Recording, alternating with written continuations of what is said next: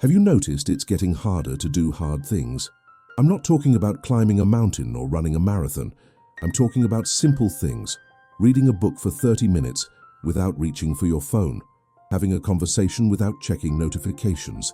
Sitting alone with your own thoughts for 5 minutes without that itch in your hands searching for anything. Something is happening to us, quietly, invisibly. Something Nietzsche saw coming long before a smartphone ever existed. And today, I'm going to show you exactly what it is. Before we go deeper, do something for me, quick. Write in the comments where you're watching from, your city and your country. Sometimes this fight feels lonely, and I want you to see how many people are right here with you. Because if you feel like your attention is broken, like your willpower is evaporating, like you're becoming a weaker version of yourself, you're not imagining it, you're being domesticated. And I'll prove it with the fast checklist. If at least 3 of these happen to you, you're already inside the experiment. 1, you open your phone for 1 minute, and suddenly half an hour is gone. 2, you start a task and feel a strange anxiety, like you're missing something out there. 3, you grab your phone for no reason, not need reflex. 4, you can't tolerate a slow video. You speed it up, you skip. You want the point now. 5, silence bothers you. A line, an elevator, a shower, a walk. You need to fill it. 6, you feel tired even when you haven't done anything difficult. That's not lack of discipline. That's conditioning. Your brain isn't weak, it's trained for easy. Let me tell you about an experiment, not a lab experiment. A massive global experiment happening in real time with you as the subject. In recent years, something changed in the basic structure of how we live. Not politics, not economics, neurology. Billions of people started training their brains for one specific thing: instant reward. And the detail is, this training doesn't feel like training. It feels like just checking real quick. But watch the cycle. A micro discomfort appears, and you resolve it in seconds with a micro reward. You feel a hint of boredom. You open your phone. You feel emptiness. You open your phone. An uncomfortable thought starts rising. You open your phone. And your brain learns a brutal rule. Discomfort is not something you cross. Discomfort is something you anesthetize. At first it feels like relief. Then it becomes dependence. And one day you realize you've lost one of the rarest skills in the modern world, being with yourself, without escaping. Think with me. When was the last time you truly waited for something without filling the gap with your phone? Waiting in line, phone. Waiting for a ride, phone. Waiting for water to boil, phone. Waiting for sleep, phone. We erased boredom from human life. It sounds like a victory, right? Nietzsche would say, we just erased the soil where greatness grows. Because here's the truth nobody wants to hear. Boredom isn't the enemy. Boredom is fertilizer. Every great idea you've ever had, every important decision you've ever made, every moment of clarity about who you really are, came from boredom, from silence, from that uncomfortable restlessness you can barely tolerate for 30 seconds now. And now you carry an escape device in your pocket, a neural emergency button you press again and again, all day. So let's talk about dopamine. And no, dopamine is not the pleasure chemical. That's a dangerous simplification the internet loves. Dopamine is the chemical of anticipation, of pursuit, of wanting. Think of dopamine like a hunting dog inside you. It doesn't give you pleasure, it gives you momentum. It says, go search just one more. And do you know what makes it addictive? Not the reward, the uncertainty. You don't scroll because it's good. You scroll because maybe on the next swipe and there's something that enrages you, something that validates you, something that tempts you, something that makes you compare yourself. And every maybe is dopamine. The cruel part is that your brain starts confusing novelty with life. So what's deep feels slow. What's slow feels boring. What's boring feels unbearable. That's how cheap dopamine doesn't just steal your time. It changes your mental palate. You develop an appetite for crumbs and disgust for banquets. When you see that red notification icon, your brain releases dopamine. Not when you open it, when you see it and waiting. It's the same mechanism that kept our ancestors alive. Dopamine made them search for food, search for shelter, search for resources. The problem is, in modern systems learned how to hijack it. They created what I call cheap dopamine, tiny hits of reward that cost zero effort, delivered on unpredictable intervals. Do you know why you can't stop scrolling? It's not weak willpower. It's because the principles behind slot machines, variable reward, unpredictable timing, zero friction, were adapted into the way feeds work. It's the perfect recipe for dependency. And here's where it gets scary. When you train your brain for cheap dopamine, you break your ability to pursue expensive dopamine.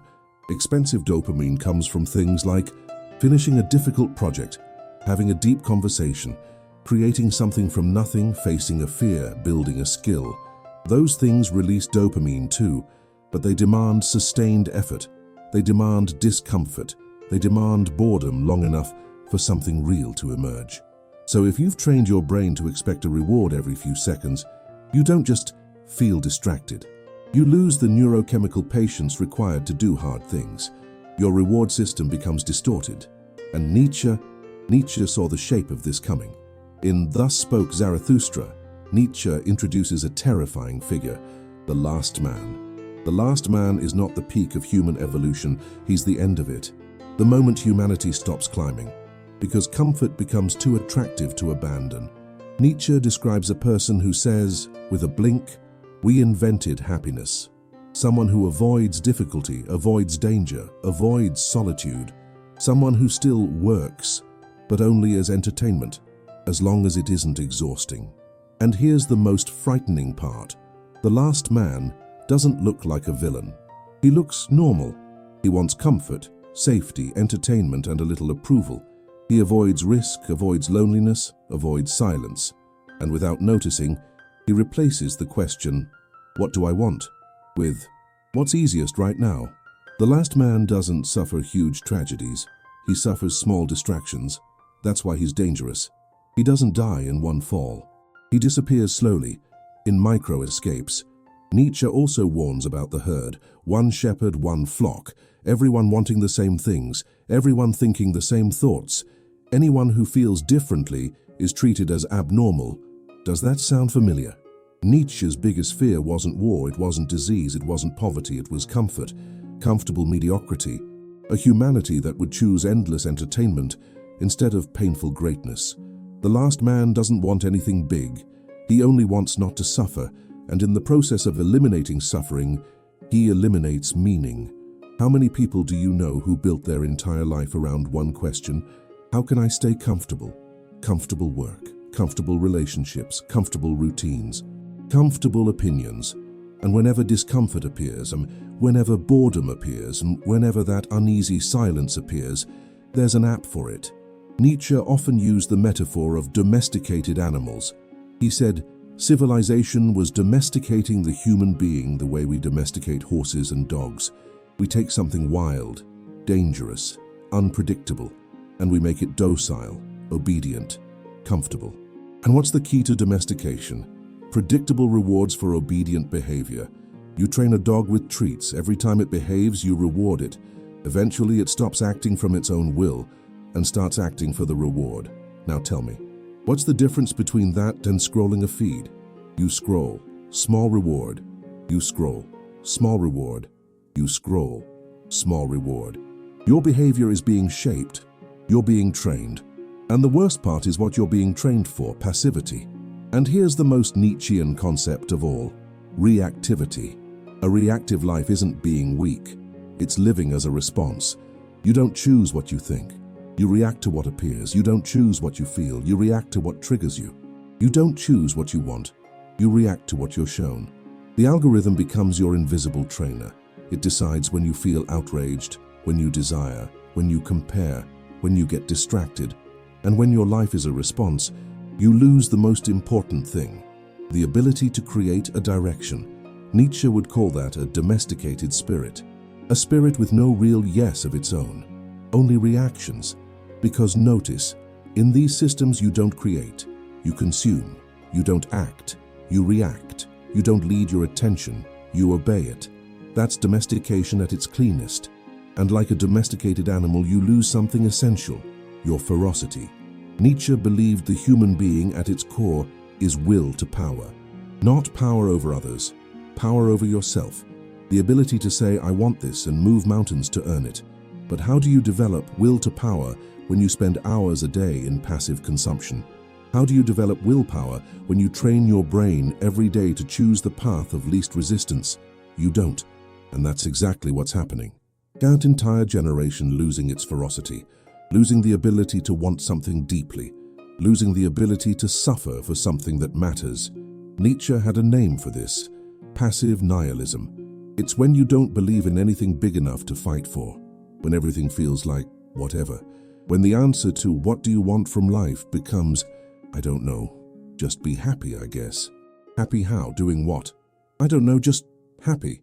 That is the last man, that is full domestication. Let me show you the real cost of cheap dopamine. Imagine a Saturday night, years ago, before endless feeds in your pocket. A person is bored. What do? Maybe they grab a book that's been on the shelf for months. Maybe they call a friend and make plans. Maybe they pick up a dusty instrument and try to remember a chord. Or maybe they just sit with the boredom, and inside that boredom they start thinking about life, about what they really want, about that project they abandoned. And late on a quiet night, an idea is born, a real idea, a real decision. Now bring that to today. You're bored on a Saturday night. You grab your phone. You open a feed. You scroll, and later you realize you didn't have a single original thought. You didn't make a single important decision.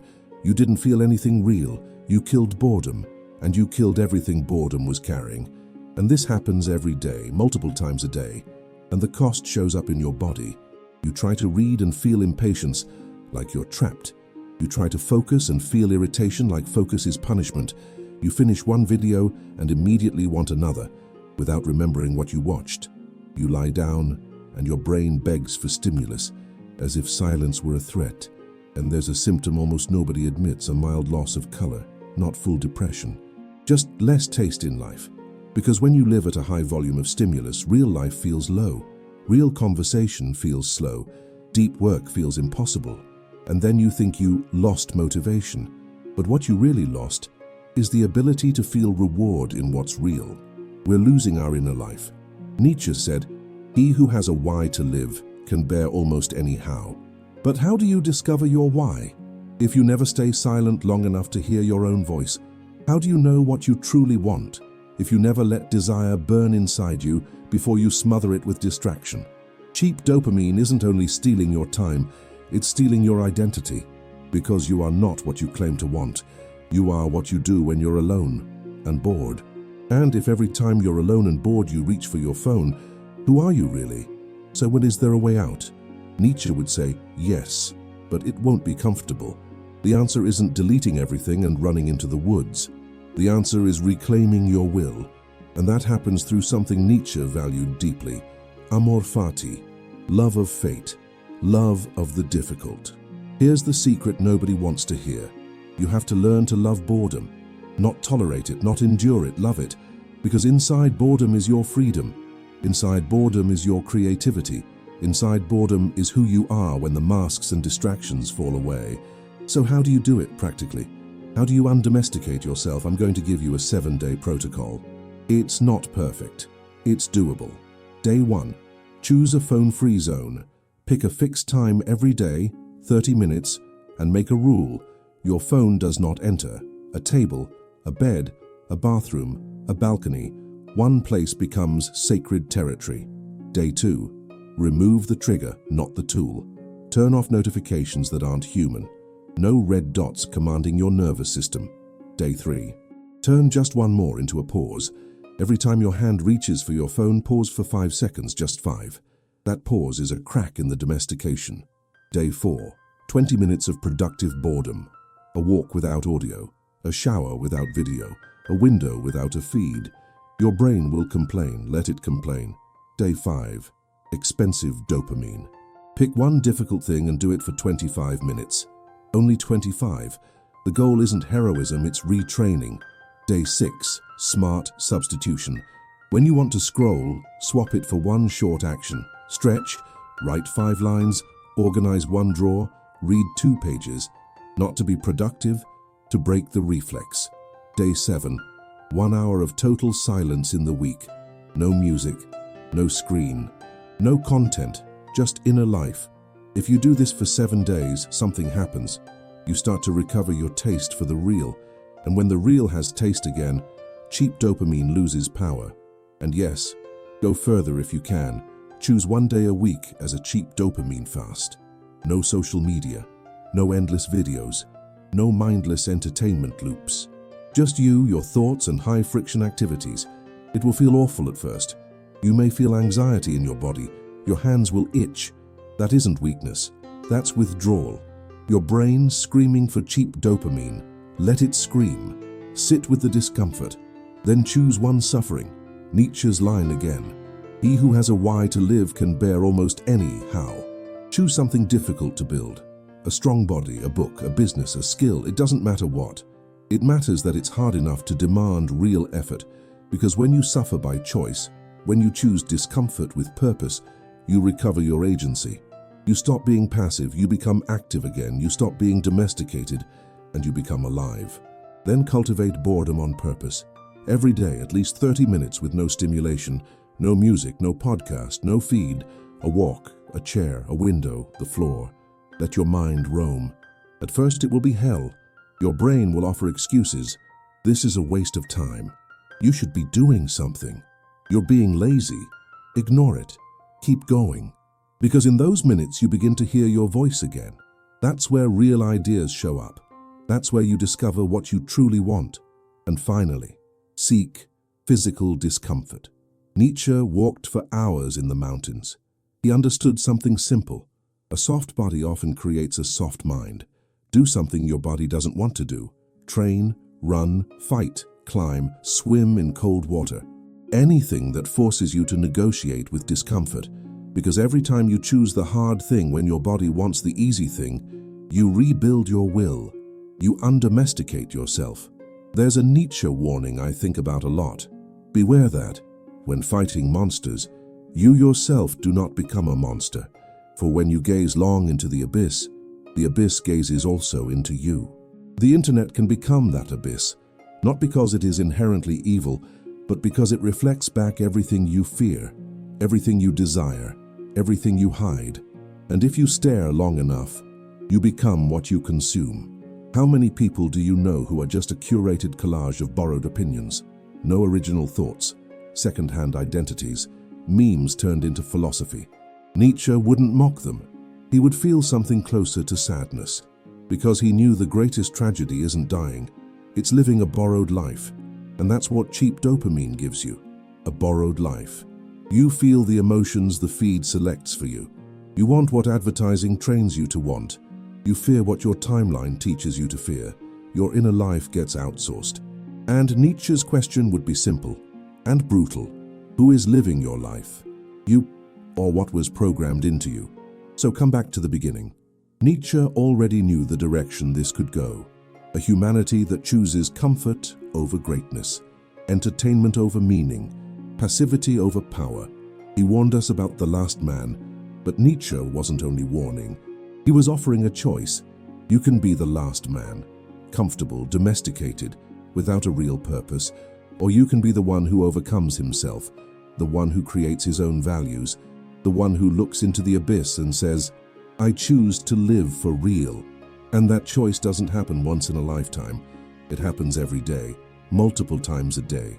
Every time you feel boredom and grab your phone, you choose domestication. Every time you feel boredom and stay with it, you choose freedom. Every time you choose cheap dopamine, you become a little more like the last man. Every time you choose purposeful discomfort, you become something greater. And listen, this isn't a war against technology. It's a war for your sovereignty. The problem isn't the phone. The problem is that you lost the courage to feel discomfort without anesthetizing it. Because when you flee discomfort all the time, you aren't avoiding pain. You're avoiding growth. The small pain now is the price that saves you from the bigger pain later. If you don't learn to face boredom again, you don't recover will.